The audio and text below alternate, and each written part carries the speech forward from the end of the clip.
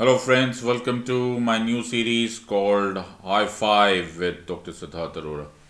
And friends, आज तक तुम लोगों ने जितने भी videos देखे of this series, I hope you are taking full advantage of this series. तो मैं कर क्या रहा हूँ सर इसमें? तो बेटा 5 टफ क्वेश्चंस लेकर आऊँगा मैं every day with their explanation.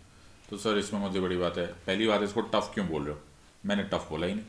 Sir आपने टफ लिखा हुआ है, मैंने टफ थोड़ा ना लिखा हुआ है. मैंने टफ विद कोट्स लिखा हुआ है. इन अदर वर्ड्स कि जो तुम्हें लगते हैं टफ वो अब टफ नहीं रहने वाले. So these are tough questions, apparently tough. जो ठीक ठाक प्रिपेयर नहीं करता ना, उनके लिए ये क्वेश्चंस टफ होते हैं. अदरवाइज तो इट इज एब्सोल्युटली इजी. तो मैं तो चाहता ही ये हूँ कि मेरे स्टूडेंट्स जितने जो लोगों को टफ लगता है उनके लिए वो इजी हो जाए. So this is the questions. ना ये कुछ सीरीज जो मैंने देखी है ऑनलाइन ऑफलाइन मैंने देखा है जो ज़रूरत से ज़्यादा और डिफिकल्ट बना देते हैं, almost practically impossible for you to answer these question. या तो उस तरह के होते हैं या फिर कुछ क्वेश्चन इतने सिंपल बना देते हैं कि वो कभी यूपीएससी सीएससी एग्जामिनेशन के लेवल के नहीं होते. So either ways, neither overkill nor underkill, and right for exam centric preparation along with my explanation. मेरी एक्सप्लेनेशन होगी जिसको सब्जेक्ट इन एंड आउट मालूम है तो ऑटोमेटिकली उसमें बहुत तुम्हें फायदा होगा. सो मैं तो पहले दिन से बोलते आ रहा हूँ that UPSC civil service examination में फैक्ट्स के मार्क्स मिलते ही नहीं. और मुझे समझ में नहीं आता, कभी कभी मेरे दिल में ख्याल आता है कि लोग फिर कैसे पढ़ के जाते हैं, क्यों लोग अपना टाइम वेस्ट करते हैं, इतनी ग्लोरियस चांस, इतना ह्यूज अपॉर्चुनिटी क्यों मिस कर जाते हैं. Why are they collecting facts upon facts, और जिसका कोई तुक नहीं बनता, कोई सीक्वेंस नहीं बनता. Why are they not creating the matrix. और यही मैं कर रहा हूं in my channel called as Conceptology which is interconnection of thoughts. एक तुम्हारे लिए सूचना जो कि बहुत ही आवश्यक सूचना है कि strategy to crack UPSC CSC 2022-23 Unacademy आपके लिए लेकर आ रहा है. यार मैं उन नेसेयर्स को, उन नेगेटिव लोगों को आज अप्रोच करना चाहता हूँ जो बोलते हैं कि अन अकेडमी से हमें फ़ायदा नहीं हुआ. ऐसे कौन सा लर्निंग प्लेटफॉर्म है या ऑर्गेनाइजेशन है जो इतना ख्याल रखता है अपने स्टूडेंट्स का. The best of the best bureaucrats, the best of the best members of parliament, speakers, intellectuals, educators, toppers of your exam, वो एक साथ तुम्हें आकर अपनी विजडम शेयर करेंगे. यार इससे ज़्यादा अगर कोई ऑर्गेनाइजेशन अपने स्टूडेंट्स, अपने लर्नर्स का ख्याल रखता होता ना इससे पहले, तो 50 साल में ये देश बिल्कुल बदल चुका होता. Such a huge opportunity. Make sure that you February 20th and 21st को, 20 फरवरी एंड 20th फरवरी, दोनों दिन okay you should attend the Sun Academy summits. और उसमें February 21st को मेरे पास भी एक मौका है तुम्हारे साथ रूबरू होने का, to share the strategy to crack UPSC CSC 22-23. तो बहुत से लोग मुझे बोलने लग गए कि सर स्ट्रैटेजी सुननी है तो सिद्धार्थ सर से सुन लो. तो भाई ठीक है, इतना अच्छा मौका है तो वाई नॉट डू इट. इसको फ्री समिट को अटेंड करने के लिए SIDLIVE मेरा कोड यूज करो, SIDLIVE and be a part of it. इसको रजिस्टर कर लो, ये फ्री है. ऑलराइट. और यही अपॉर्चुनिटी तुम्हें मिलेगी in our plus classes with Conceptology, जहां पर मैम बुक्स पर पढ़ाएंगे, रेलेवेंट फैक्ट्स भी पढ़ाएंगे, एग्जाम सेंट्रिक प्रिपरेशन और कनेक्शन भी करेंगे. बहुत सारे लोगों को बड़े सारे आपत्तियां हैं. ओके उनको लगता है कि सर ये जो सिचुएशंस है इसमें आप बार बार एक ही चीज़ बताते रहते हो. बेटा तुम्हारे काम की चीज़ है, तुम्हारे एडवांटेज के लिए अगर हम लोग इस तरह का शेड्यूल लेकर आते हैं which is facts, philosophy, strictly relevant topics and rock solid, तुम्हारे काम की चीज़ है. सो ह्यूज ह्यूज चांस तुम्हारे सामने वेट कर रहा है. और ये है मेरा track record. More than 70 million live minutes on Unacademy and the author of 7 best selling books on polity, governance, international relations and constitution. पिछले एग्जाम में 20 में से 18 क्वेश्चन मेरे पढ़ाए हुए आए, मैंने उनको प्रूव किया with screenshot. And last but most important, I have received love and respect of thousands and thousands of learners. So those are my friends जो 2021 में अटेम्प्ट करे, बेटा take a 1 year or a 2 year course. Those of you who are attempting in the exam in 2 years or more, बेटा तुम बड़े किस्मत वाले हो. Take a 2 year or 3 year plus course. And advanced last attempters, make sure that you watch this series carefully to get an edge. किसी भी तरह से you if you want some help on Telegram channel, tinyurl.com/siddharthpolity या फिर इस code को scan कर लो। हम हर तरह से आपके साथ अवेलेबल रहना चाहते हैं। Daily live classes, structured courses, live test and quizzes, unlimited access, सारे के सारे टीचर्स और all on one platform. Very nice opportunity. अभी भी अगर तुम लोग नहीं जागे तो बेटा मैं क्या बोलूं। सो जब भी प्लस क्लास ज्वाइन करोगे, आइकॉनिक क्लास ज्वाइन करोगे, use the code SIDLIVE SIDLIVE code को ज्वाइन करो and you will be a part of it. So जितने भी कोर्सेज है सब में SIDLIVE तुम नोटिस करो 10% डिस्काउंट इमीडिएटली मिल जाएगा। एक बार इसको देखो, चाहे वो ऑप्शनल का देख रहे हो, चाहे प्लस क्लासेस, चाहे iconic classes, we are there for you. Batch course start हो रहे हैं और एक खबर तुम्हें और बताना वाला हूं मैं। खबर यह है कि 18 फरवरी से मेरा गवर्नेंस का कोर्स लॉन्च हो रहा है। अभी भी इंतजार का घड़ियां बाकी है, पता नहीं सर। तो मैं नहीं चाहता कि तुम अपना टाइम वेस्ट करो। Your time is over, the waiting time is over, time to take action. तो सब्सक्राइब करो मेरा channel and get ready for today's question. मैं हमेशा ये स्टार्ट करते हुए बोलता हूं, टफ नाम की कोई चीज नहीं होती। जब मैं एक्सप्लेन कर दूंगा सारे क्वेश्चन सिंपल होंगे। जब मेरे स्ट्रक्चर्ड प्रिपरेशन होगा तुम्हें सारे क्वेश्चन सिंपल लगने लग जाएंगे। और दैट इज वाई मेरे लर्नर्स इतने चैंपियंस हो गए कि मुझे डर लगने लग गया यार, मैं ही उनको नहीं कंफ्यूज कर पा रहा हूँ यार, हद हो गई है। बताओ, ऐसा भी होता है, बट ऐसा हुआ है and I am very very proud of it. So आराम से देखते हैं, sit back, relax and do this. करना क्या है सर, मैं क्वेश्चन पूछूंगा, 60 सेकेंड्स तुम्हें मिलेंगे और 60 सेकेंड्स के बाद मैं आंसर दे दूंगा। और ऐसा नहीं कि मैं वहीं छोड़ दूंगा तुम्हें, मैं उसकी एक्सप्लेनेशन भी दूंगा। सो रोज ऐसे 5 क्वेश्चन होंगे। Take full advantage, but please gamble मत करना। हर चॉइस को ध्यान से एनालाइज करो और वाई पता करो। राइट है तो राइट काय को है, रॉन्ग है तो रॉन्ग काय को है, एलिमिनेट करे तो एलिमिनेट क्यों करे। Alright, let's start this. ओरे बाप रे, life is living with choice and dignity. सही बात है सर, सही बात नहीं है। क्वेश्चन पढ़ो। Which of the following in the Constitution of India correctly and appropriately implies the above statement? Article 14, Article 17, Article 21 or Article 24? Life is living with choice and dignity. बहुत बढ़िया सर, कितना time रह गया? अरे time तो अभी शुरू हुआ है, लेकिन जो इंपॉर्टेंट है हर चॉइस को एनालाइज करो, हर चॉइस के आगे क्वेश्चन मार्क डालो, Y. Life is living with choice and dignity. Which of the following in the Constitution of India correctly and appropriately implies the above statement? Article 14, 17, 21 and 24. Okay. मैं तुम्हें एक सूचना दूं? हाँ दे दो, बड़ी जरूरी सूचना है। क्या सूचना? 30 सेकेंड्स रह गए। अरे यार, आंसर कहाँ करना है? या तो कमेंट्स में करो या अपनी नोटबुक में करो, लेकिन मुझे आंसर चाहिए और सबसे इंपॉर्टेंट वाई के साथ चाहिए। Okay, no problem. Life is living with choice and जो मेरे स्टूडेंट्स है चिल्ला चिल्ला के आंसर दे रहे होंगे। मेरे को बिना इंटरनेट के सुनाई दे रहा है। बिना इंटरनेट के भी सुनाई देता है? अरे एकदम इंटरनेट के बिना, एब्सोल्युटली। एंड एक समय समाप्ति की घोषणा करते हुए, here goes the answer. Alright, and answer is of course Article 21. Sir ऐसा कहीं लिखा ही नहीं हुआ, मेरे को मालूम। सर आपने कॉन्स्टिट्यूशन में ऐसा कहा, एक लाइन दिखा दो जहां पे ये लिखा हुआ है। नहीं लिखा हुआ बेटा, मुझे पूरा यकीन है कि ऐसा कहीं नहीं लिखा हुआ। आर्टिकल 21 में लिखा हुआ है, no person shall be deprive of his life and personal liberty except life and personal liberty except according to procedure established by law. क्या लिखा sir? Procedure established by law. Sir यही तो हम बोल रहे हैं, हम यही तो आपसे बोल रहे हैं। कहाँ लिखा हुआ life is living with choice and dignity? Correct है माय फ्रेंड, लेकिन एक और चीज तो आप मिस ही कर गए। क्या मिस करना है? कि कॉन्स्टिट्यूशन में जो भी लिखा हुआ है उसको इंटरप्रेट करने का काम सुप्रीम कोर्ट का है। बिल्कुल, तो Supreme Court in variety of judgments in words को इंटरप्रेट करती है. So interpretation, the final interpreter of the constitution of India is the honourable Supreme Court. इसलिए एक क्वेश्चन भी आया था 2015 के प्रीलिम्स क्वेश्चन में, which of the following is the custodian of the Constitution, final interpreter.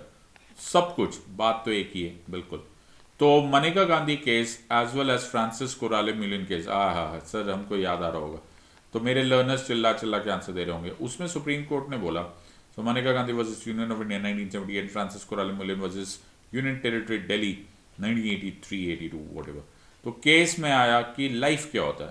तो सर लाइफ होता है सांस लेना, सांस लेते रहना. नहीं बेटा, सुप्रीम कोर्ट ने ये क्लैरिफाई किया, लाइफ का मतलब केवल लिविंग नहीं होता. लाइफ का मतलब होता है living with choice and dignity. तो जब तक चॉइस एंड डिग्निटी नहीं है, ओके, तो ये ह्यूमन एग्जिस्टेंस नहीं है. और अगर ह्यूमन एग्जिस्टेंस नहीं है तो तुम खा कीजिए. तो तुम में और एनिमल्स में फर्क तो होना ही चाहिए. So we have human existence absent from our life अगर हमारे पास चॉइस नहीं है, डिग्निटी नहीं है. सो लाइफ वर्ड को इंटरप्रेट करने का काम सुप्रीम कोर्ट ने किया था. एंड दैट इज वाई, ये वर्ड दिए तो नहीं है सर, देने की जरूरत भी नहीं है. The word that is life is living with choice and dignity अपने आप आर्टिकल 21 की एक इंटरप्रिटेशन है. I like it sir. आगे चलते, बात समझ में आया या नहीं. तो अब सर रुको, क्या हमें लगा था आर्टिकल 14 है. अरे गलत लगा. क्यों? Article 14 is only equality before law and equal protection of loss. हाँ सर, तो जो जो स्टूडेंट जो प्लस क्लासेस में मेरे से पढ़े होंगे ना, वो अभी तक इस पे 2-3 किताबें लिख चुके हैं. क्या बात करो, अरे ऐसे थोड़ा ना. और फिर article 17 abolition of untouchability. Okay, अरे सर ये भी इजी है. और article 24 I hope you remember, ये एक्सप्लॉयटेशन ऑफ चिल्ड्रन से लेना देना. यस, तो यहाँ पर वैसे भी बचा था आर्टिकल 21 ही, जिसमें लाइफ वर्ड आते तुम लोग को आंसर दे दिया जा सकता था. देखो, एक ही क्वेश्चन को करने के कई सारे तरीके होते. कभी कभी बेसिक, केवल बेसिक अंडरस्टैंडिंग पे भी आंसर आ जाता है. इसमें भी कोई खास प्रॉब्लम नहीं है, आंसर आना चाहिए. लेकिन द बेस्ट वे इज कि तुम्हें डेप्थ में आंसर आए, राइट. फिर ना तुम्हारे चेहरे पर एक अलग ही कॉन्फिडेंस हो जाता है देन यू आंसर. तो हाफ फिल्ड ग्लास मत रहो, फुल करो. तो बहुत सारे मेरे को ऐसा मैंने देखे टीचर्स ऑनलाइन ऑफलाइन जो बोलते हैं ये छोड़ दो, ये क्या पढ़ने हो इतना डिटेल में. अरे बेटा, पढ़ोगे ऐसा डिटेल में पढ़ोगे तभी तो मुझे 99.9% स्टूडेंट्स ने आज तक जो कमेंट किया है उन्होंने ये बोला है कि हमें आपने इजी बना दिया है और इंटरेस्टिंग बना दिया सब्जेक्ट को. तो बेटा उसके लिए सब्जेक्ट पढ़ना पड़ेगा, समझना पड़ेगा. All right, late us go with question number 2. Regarding constitutional amendment bill, which of the following statement is correct? Correct पूछा गया, correct, not correct नहीं. Regarding constitutional amendment bill, which of the following statements is correct? बहुत ही simple.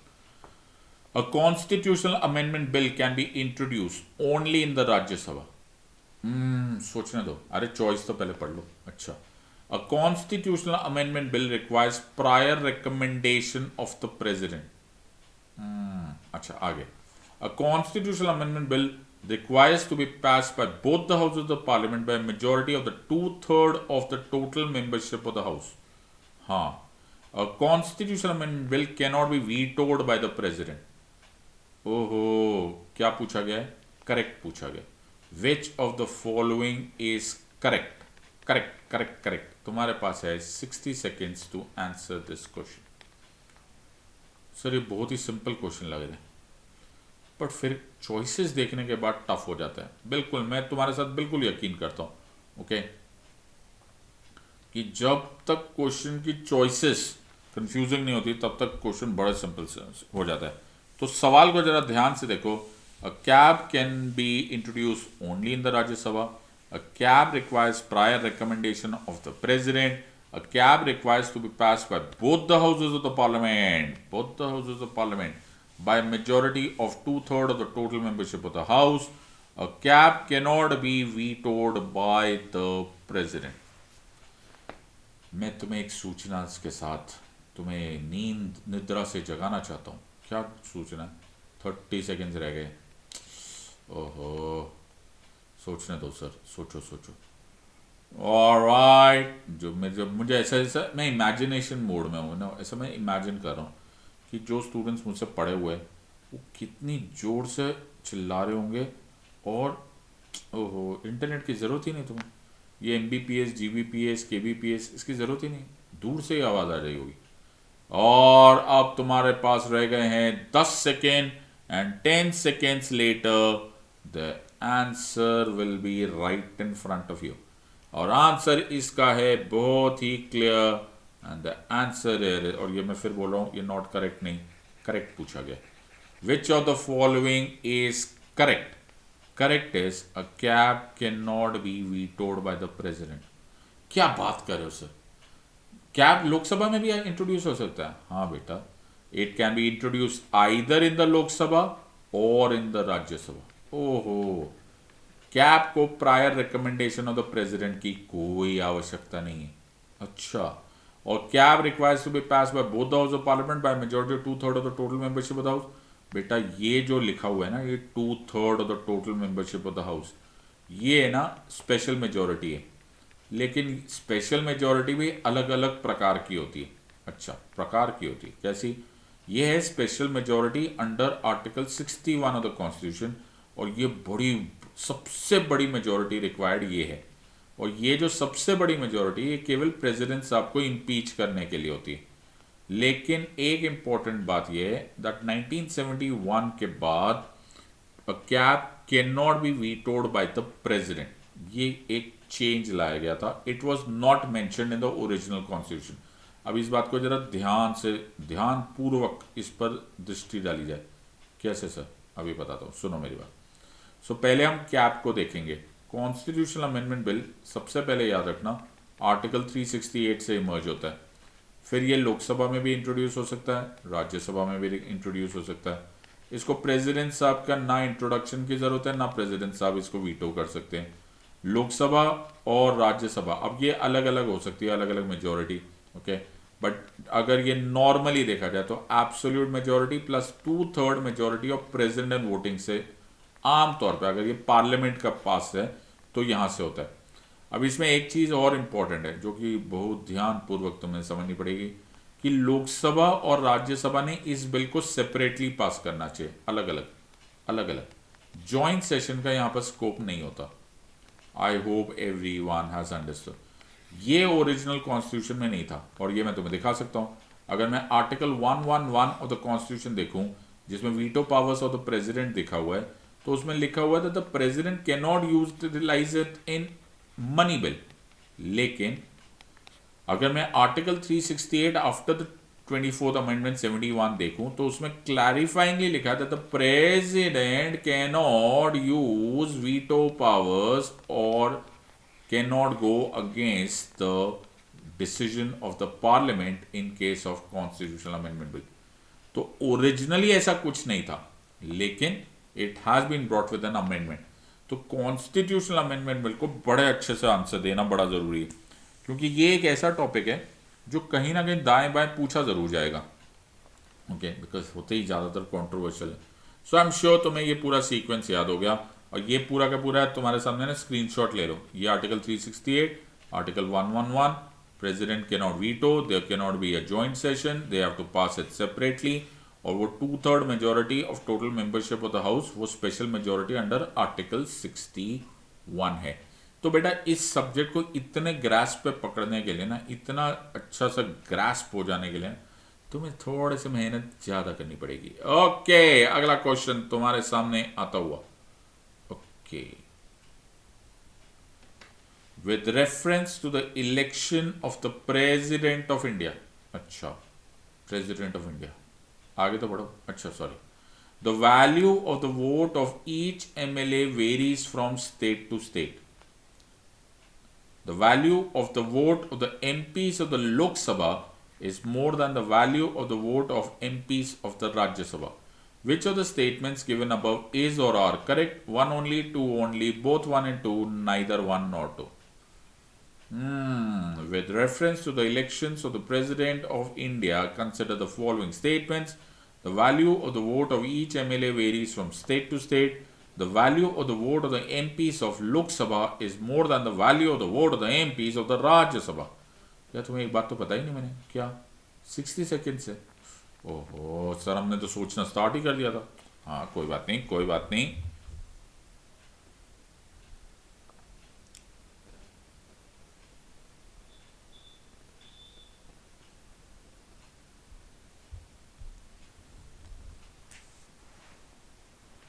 With reference to the election of the President of India, consider the following statements. The value of the vote of each MLA varies from state to state. The value of the vote of MPs of Lok Sabha is more than the value of the vote of MPs of the Rajya Sabha. Which of the statements given above is or are correct? One only, two only, both one and two, neither one nor two. Alright. एक सूचना देनी थी, मैं भूल ही गया था तुम्हें. क्या 30 सेकेंड्स रह गए. बट सबसे इंपॉर्टेंट, प्लीज गैम्बलिंग मत करना.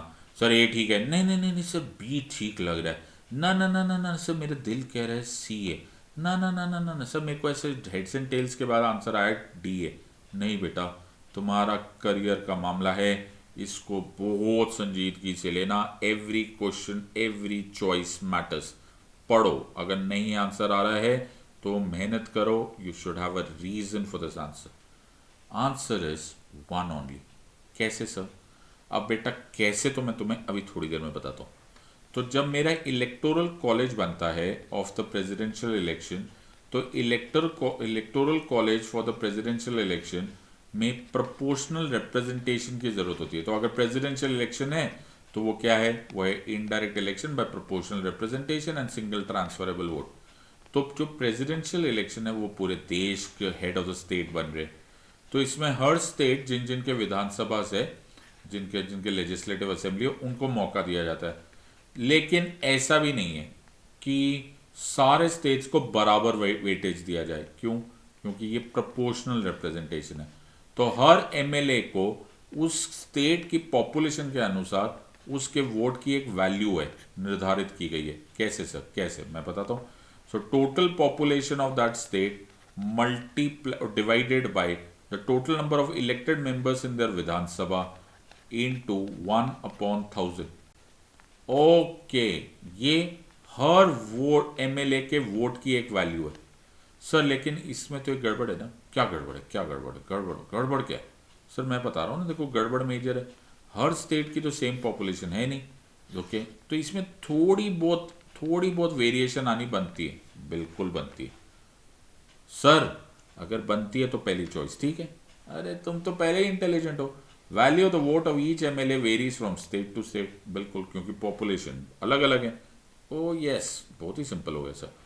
लेकिन जब मैं मेंबर्स ऑफ पार्लियामेंट की वोटिंग की वैल्यू लेता हूं, जब मैं मेंबर्स ऑफ पार्लियामेंट की वैल्यू करता हूं, तो वो बहुत सिंपल है. तो उसमें मैं सारे एमएलए के वोट की वैल्यू टोटल करता हूं, divided by total number of elected members of the parliament. बस. सर एक मिनट, बात पूरी नहीं की आपने. ये मेंबर ऑफ पार्लियामेंट कौन सा? बेटा Lok Sabha as well as Rajya Sabha. क्या बात कर रहे हो? तो लोकसभा और राज्यसभा के मेंबर्स की वैल्यू एक ही है, फॉर्मूला एक ही है. इसीलिए जो सेकंड चॉइस वो गलत है. The value of the vote of MPs of Lok Sabha is more than the value of vote of the MPs of Rajya Sabha. जो फॉर्मूला एक, तो आंसर एक ही आने वाला है. Oh how simple can life be. ओ लो, इतना टफ लगते थे लोगों को चॉइसेस. ओके, आई होप तुम्हें समझ में आया कि कैसे इन क्वेश्चंस को आंसर देना है. Then you will never falter in these exams and you will come out of these exams with flying colour. अभी भी देर नहीं हुई है. ये नीचे जो लिखा हुआ है ना, ये तुम्हारी जिंदगी चेंज कर सकता है. सो ज्वाइन द कोर्सेस. और तुम्हें कितना मर्जी लगे सिद्धार्थ सर एडवर्टाइज करें, बेटा जो अच्छी चीज होती है ना उसको एडवर्टाइज करना चाहिए. Okay, let us go with the next question. अरे सर ये बहुत consider the following statement with relationship to India. Yes बेटा, 1. The Speaker of the Legislative Assembly shall be a speaker for life. अच्छा. 2. Whenever the Legislative Assembly is dissolved, the Speaker shall vacate his or her office immediately. Which of the statements given above is or are correct?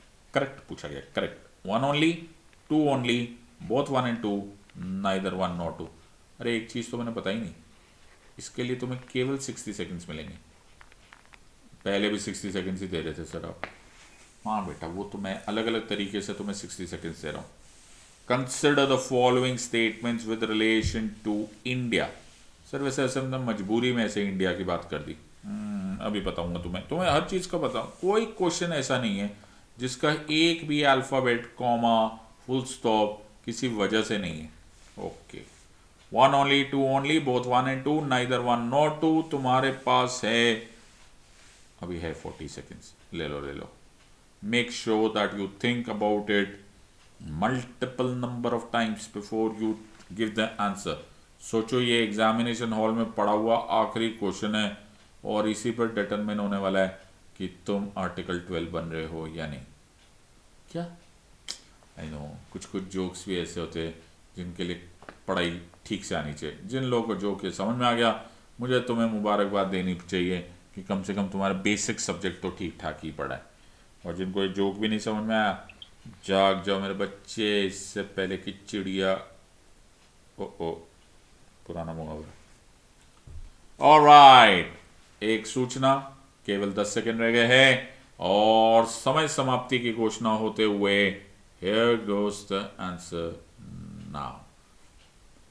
Which of the statement is or are correct?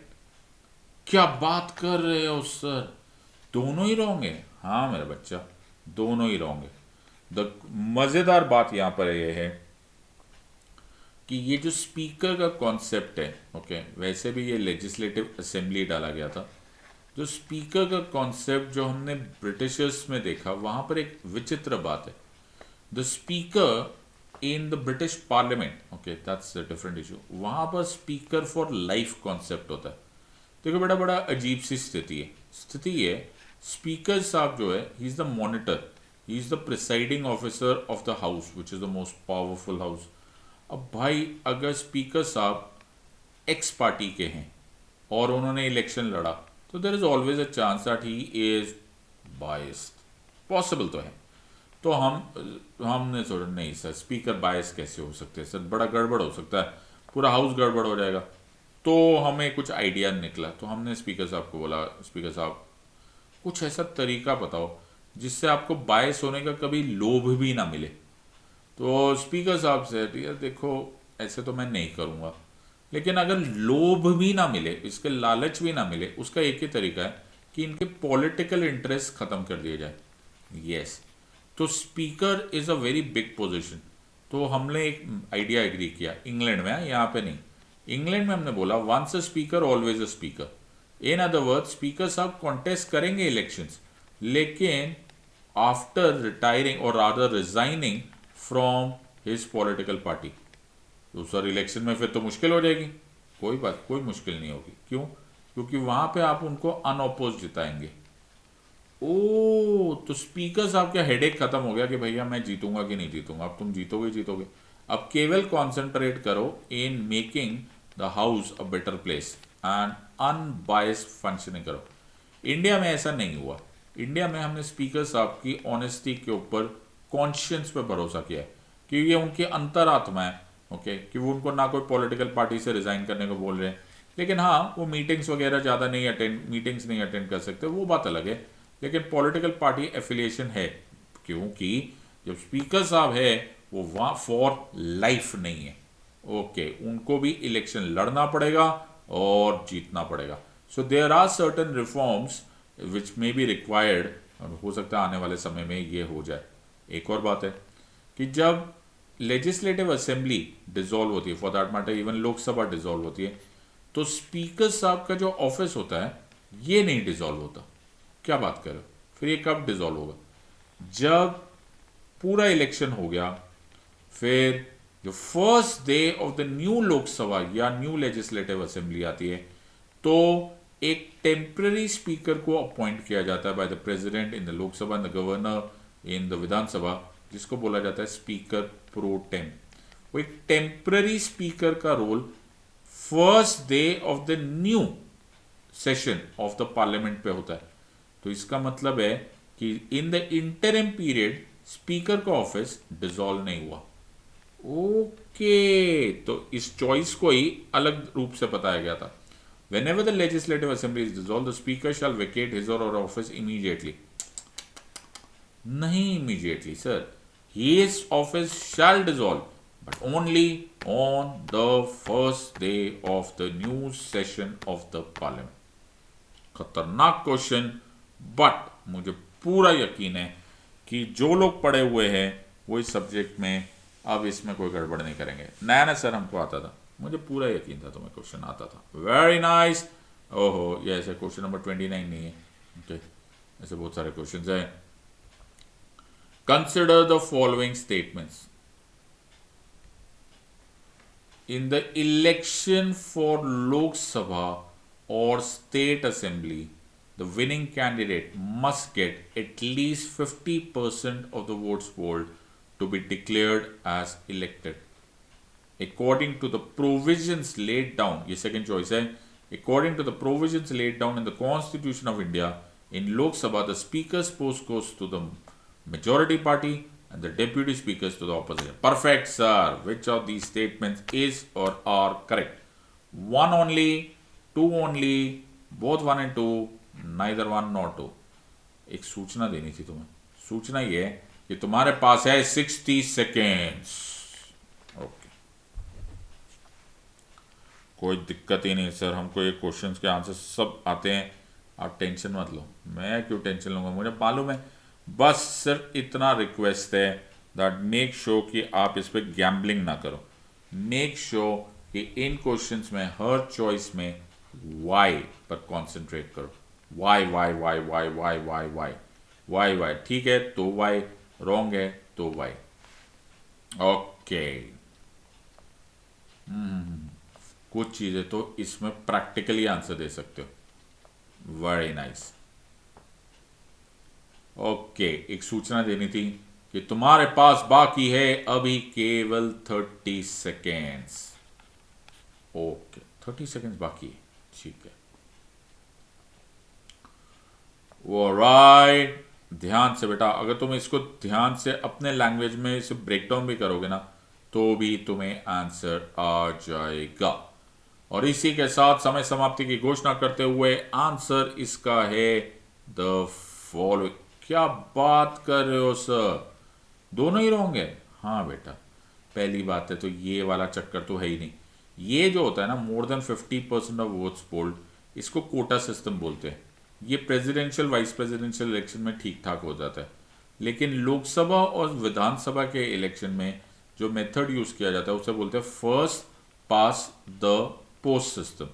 First pass the post system है, अपने को कोई फर्क नहीं पड़ता कितना percentage अपन को vote मिला है, सिर्फ साथ वाले को हराना है, तो कॉम्पिटिटर्स को हराना है।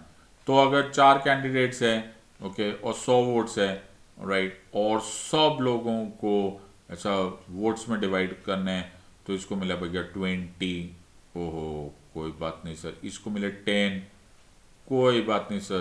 10 वोट्स है, कोई बात नहीं यार।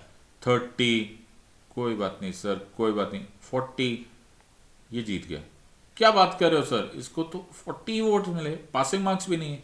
कोई बात नहीं, that does not matter. First pass the post system में किसी को सबको हराना है सर। लेकिन ये वाली जो चॉइस है ना, ये एकदम सही थी।